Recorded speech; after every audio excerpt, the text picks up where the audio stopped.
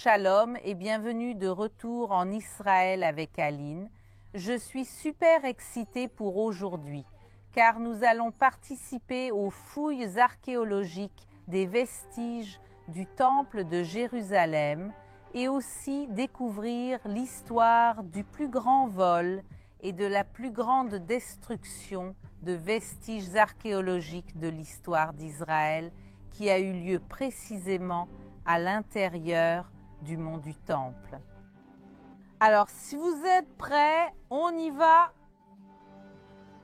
Notre histoire commence en 1999 avec des fouilles illégales à l'intérieur du mont du Temple, plus précisément à l'intérieur des écuries de Salomon. Mais commençons par comprendre ce qu'est toute cette zone. L'histoire du mont du Temple commence il y a 3600 ans lorsque Dieu ordonne à Abraham d'aller au mont Moria pour sacrifier son fils. Mais Dieu n'autorise pas Abraham à sacrifier Isaac et envoie à la place un agneau pour être sacrifié à sa place. Et c'est sur le mont Moria qu'a lieu alors le pacte d'Abraham avec Dieu, le pacte que nous suivons jusqu'à aujourd'hui.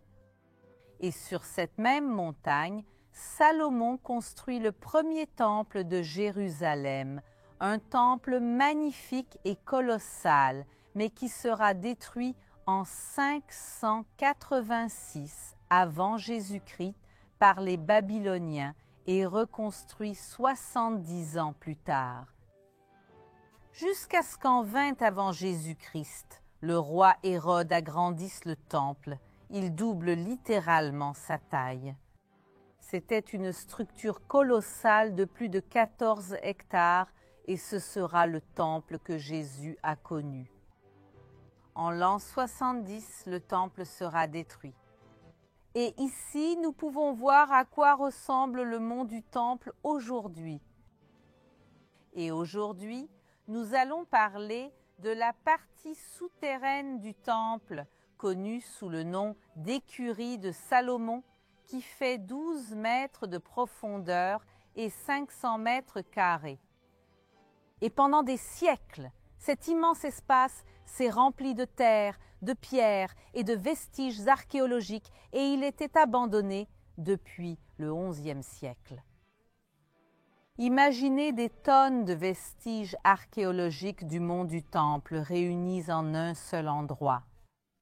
Le mont du Temple est l'un des sites archéologiques les plus importants au monde et il est sacré pour des millions de personnes. Malgré cela, il n'y a jamais eu de véritable fouille archéologique à cet endroit, car les musulmans qui contrôlent la zone ne le permettent pas. Mais la partie la plus choquante de l'histoire commence en novembre 1999, lorsque le Waqf, l'autorité musulmane qui contrôle aujourd'hui le mont du Temple, autorise des fouilles illégales dans les écuries de Salomon. En utilisant des engins de chantier lourds, ils ont rouvert les écuries et, en 3 jours, ont retiré 9000 tonnes de terre riche en découvertes archéologiques qu'ils ont ensuite jetées. Des archéologues israéliens apprennent que les vestiges du temple de Jérusalem sont en train d'être détruits et découvrent que des camions transportent ce matériel et le jettent dans la vallée du Cédron. Ils s'y rendent alors pour l'analyser et une opération commence pour sauver ce trésor archéologique. Cette opération gigantesque a permis d'apporter ces tonnes de vestiges archéologiques, de pierres et de terre, depuis la vallée du Cédron jusqu'ici, au mont Scopus, connu en hébreu sous le nom de Har Hatzophim. Et ici, ces vestiges sont aujourd'hui fouillés avec l'aide de bénévoles du monde entier. Alors, nous allons maintenant attendre le groupe qui arrive pour fouiller aujourd'hui et nous aurons le privilège et l'honneur de pouvoir participer à ces fouilles. Et les seaux nous attendent déjà là-bas au fond. Qu'est-ce qu'on va bien pouvoir trouver ici aujourd'hui? Trouverons-nous aussi une pièce de monnaie? Vous pouvez voir ici les gens en train de préparer l'endroit pour l'arrivée des bénévoles. Ils apportent des seaux remplis de terre du mont du Temple, la divisent en plus petites quantités et ajoutent de l'eau. Et dans un instant, nous allons comprendre pourquoi.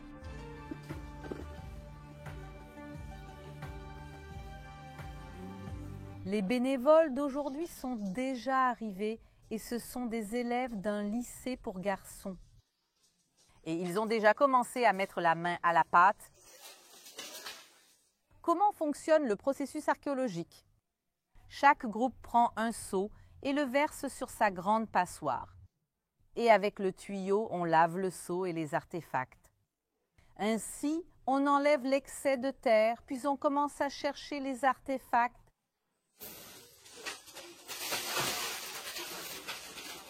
Une fois que c'est terminé, l'une des archéologues vient vérifier ce qui a été trouvé et les restes de pierre et de terre sont jetés ici.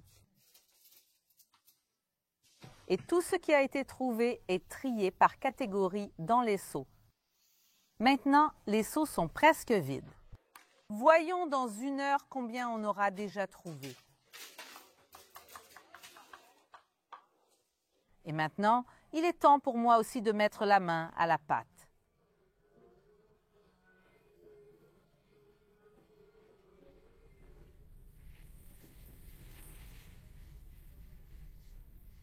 Tentons notre chance avec ce seau.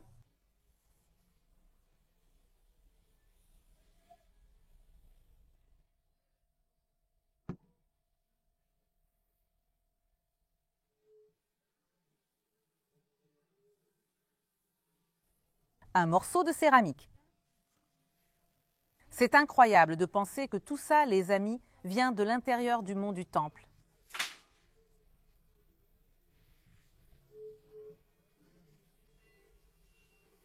Waouh! Les amis, il faut absolument que je vous montre ça.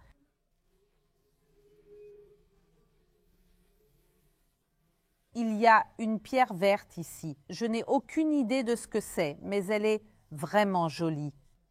Laissez-moi vous montrer ça de plus près. Et elle va dans l'assiette des trouvailles super spéciales. Et maintenant, allons chercher quelques archéologues pour voir ce que nous trouvons d'autre.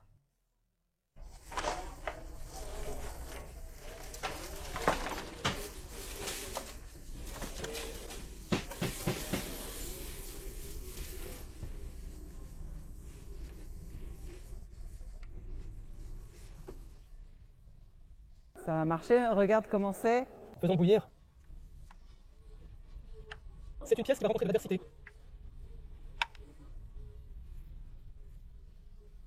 Une pièce traditionnelle huarniaque et blanche. Choisissez celle-ci cérébrale, peut-être un petit auteur de Forda, de la pièce du roi Ordos, non? Et Pans. Cette valise blanche, laquée avec les médailles Pi, elle était gravée comme la pointe du vagabond.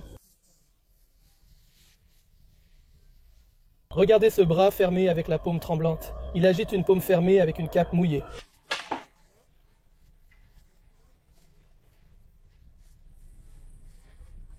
Allons-y. Allons apporter nos trouvailles jusqu'au seau et voyez combien nous avons déjà trouvé.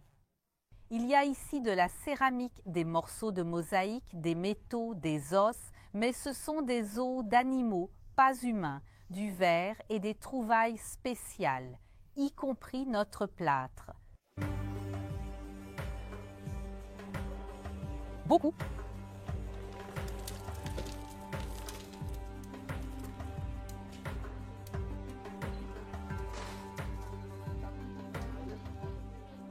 Bien, qui est-ce? Il a fait comme si c'était lui. La première médaille de la journée? Ouais. Ouais.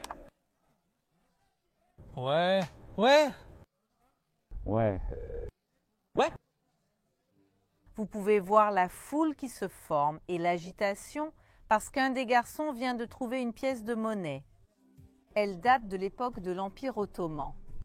Elle a environ 300 ou 400 ans et elle est en argent, mais il faut encore l'analyser.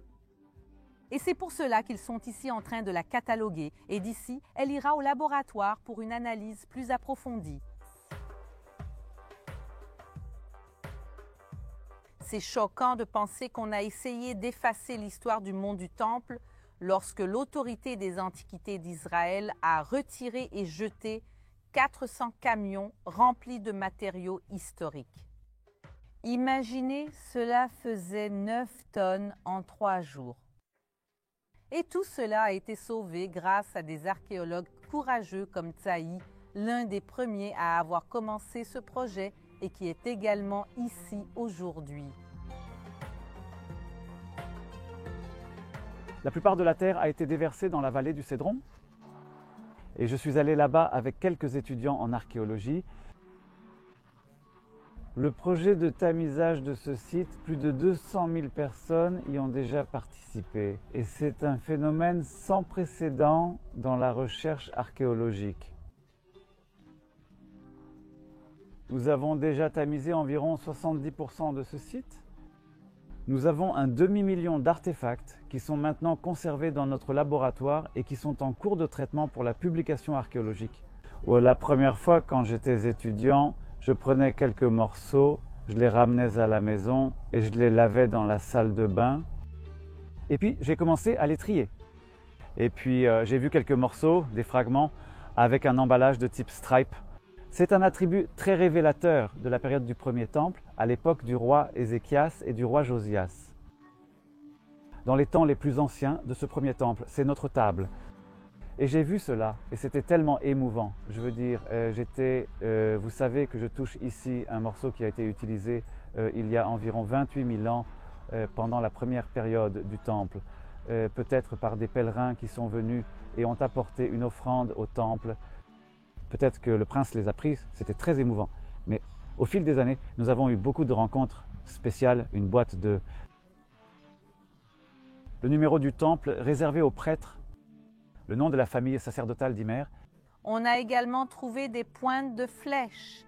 Celle-ci a été utilisée par les Babyloniens lors de la destruction du premier temple de Jérusalem et celle-ci est encore plus ancienne.